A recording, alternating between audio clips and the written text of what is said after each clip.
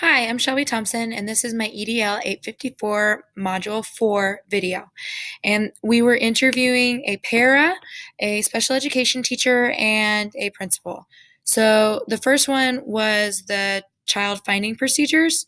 When talking to my para, she didn't really have much knowledge about that.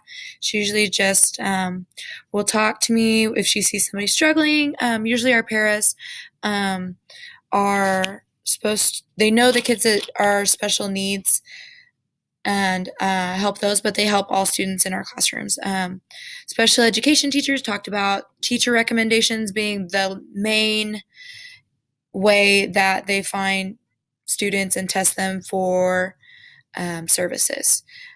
My principal told me that it's teacher recommendations as well, and our Ames Web scores. We Ames Web test K through 8, and so then for 9 through 12, usually they use teacher recommendations because it's a little bit later in the game, and hopefully a kid who has special needs is identified before 9th through 12th grade. But Ames Web is also a lovely tool to be able to track growth and reading levels and math levels, and we usually use those as an early indicator for our students. Next was the most challenging part of their job in regards to special education. My parent told me that it's the mouthiness or the disrespect that may happen. I feel like sometimes paras don't get the respect they deserve because they're not a teacher, and so they don't have to respect them in the same way. And the way that I make sure that that doesn't happen in my classroom is I tell the kids early on in the beginning of the year, whatever Mrs. Willis says goes. She's the same as me. We're equals. And me and her just have a great working relationship. And I know that paras are hard to come by, so I really make sure that I show her a lot of love and support. My special education teacher told me that the most challenging part is keeping some of those kids hooked, because sometimes those kids don't always have stakes in the game, is what she called it. So sometimes they're not the athletic kids, so you can't hook them with sports or things like that. And also building relationships with the other teachers for their students. So what that means is they may have a relationship, the special education teacher may have a relationship with that student, but that student doesn't have a relationship with the regular ed classroom teacher. So that struggle to bridge that gap in relationship is hard for that special education teacher.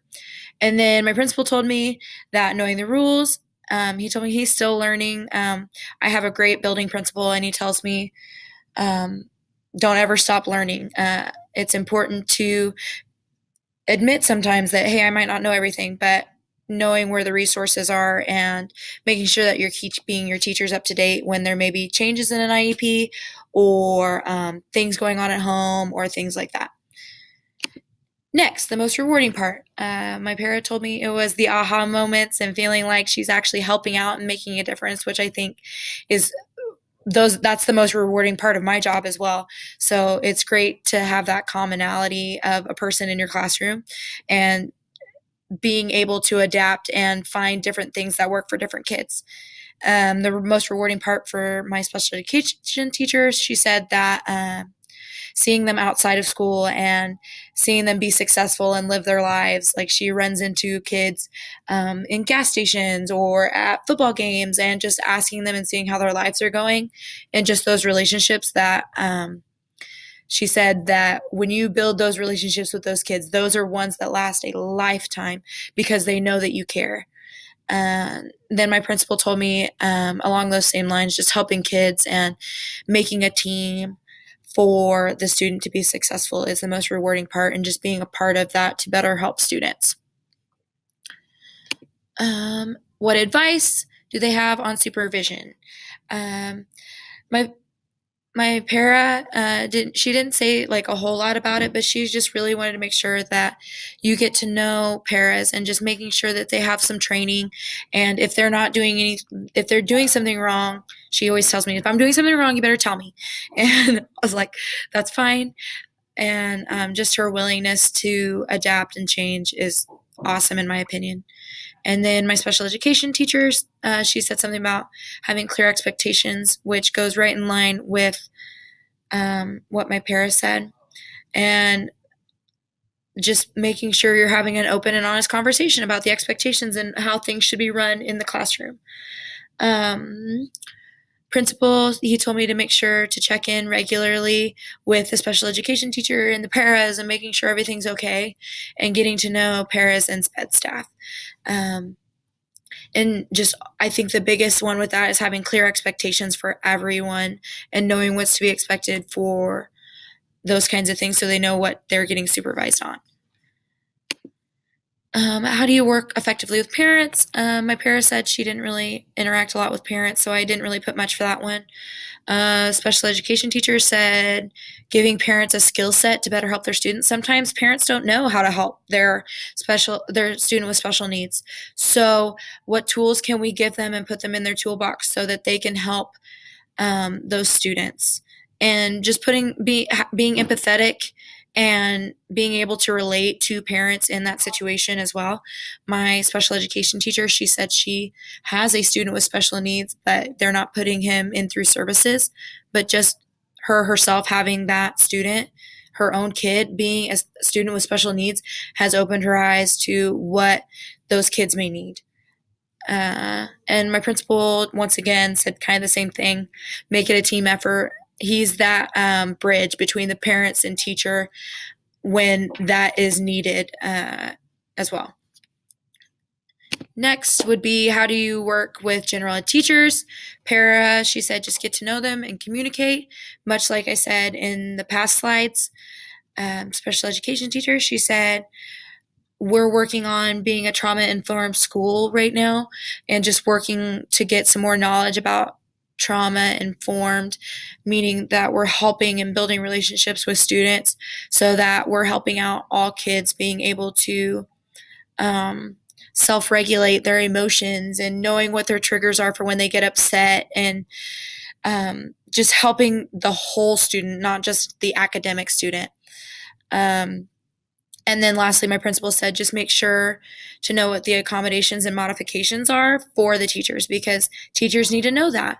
And if those things aren't happening, then my special education teacher said she steps in and helps them and makes those accommodations and modifications for the teacher, saying, okay, if Billy, Johnny, whoever is having problems with the length of the paper, so then let's modify the assignment and pare it down to maybe it's only one paragraph instead of 3. So I think our special education staff does a great job with helping out our general ed teachers when they don't know maybe what to do for each kid. What advice do you have for a first-year administrator? Paris said just make silent trips, and I thought it was a great idea. Just make silent trips in the classroom as a way to kind of like surprise students with in regards to behavior, so like they don't know when you're coming, so they'll be on their best behavior all the time. I thought that was a great idea. Especially, I think administrators don't get in the classroom enough as much as they want to because they're doing other things or dealing with other issues. So I think this gives another reason for administrators to be inside the classroom. SPED teacher said, let the teacher run the IEP and then give a list of questions before the meeting or after. Don't make sure you're a team in that IEP meeting and backing what the teacher needs then, okay? And then the principal said, know your SPED people and how it works. Getting to know if you're in a co-op system, what that looks like, who's in charge, what parts are there for that co-op system. Like I know most co-ops have a psychologist and a social worker. Okay, so what do those roles look like within your school? How often do they come? What situations would you need them for? That kind of thing. And then that goes right along with knowing the rules and making sure that you're delivering those to the teachers so teachers know and can follow through with their students in their classroom of how those expectations should be in place in the classroom. Okay, and then how do you describe the role of the special education teacher and the building principal? Para said that the special education teacher is the one teaching and helping, and the building principal is more of the enforcer of rules and behavior. SPED teacher they're all one team. They should be a team together, the SPED teacher and the building principal, which I totally agree with. And to discuss IEPs before and to go in with a focus together to make sure that that is a team atmosphere. And my principal said that he needs to make sure that the needs are being met and are realistic to what the school can provide. The example he gave was, yeah, a parent may want one-to-one inclusion all the time and with a one-to-one para, but that's not always realistic to what can happen within a school. So how are we going to modify that to make sure that the student still is getting what they need, but is realistic to what a school setting can provide? And then I think this is the last one. Yes. What characteristics do you seek in aspiring administrators in regard to SPED? So paras, just getting to know paras and treat them with respect, because that goes a long way. They feel more valued and can do their job in a better way and connect with kids. Special education teacher kind of said the same thing about making a team atmosphere with mutual respect, and parents need to be taught how to parent at times. So, hey, sometimes Billy, Johnny, Joey isn't, or Sally, whoever is not getting to school. Okay, so we need to be calling parent and saying, okay, you need to get your kid to school. Okay, you can't get your kid to school. What can you do? What can we do? That kind of thing. Maybe that may be an administrator role of some discipline, helping getting parents on board and things like that.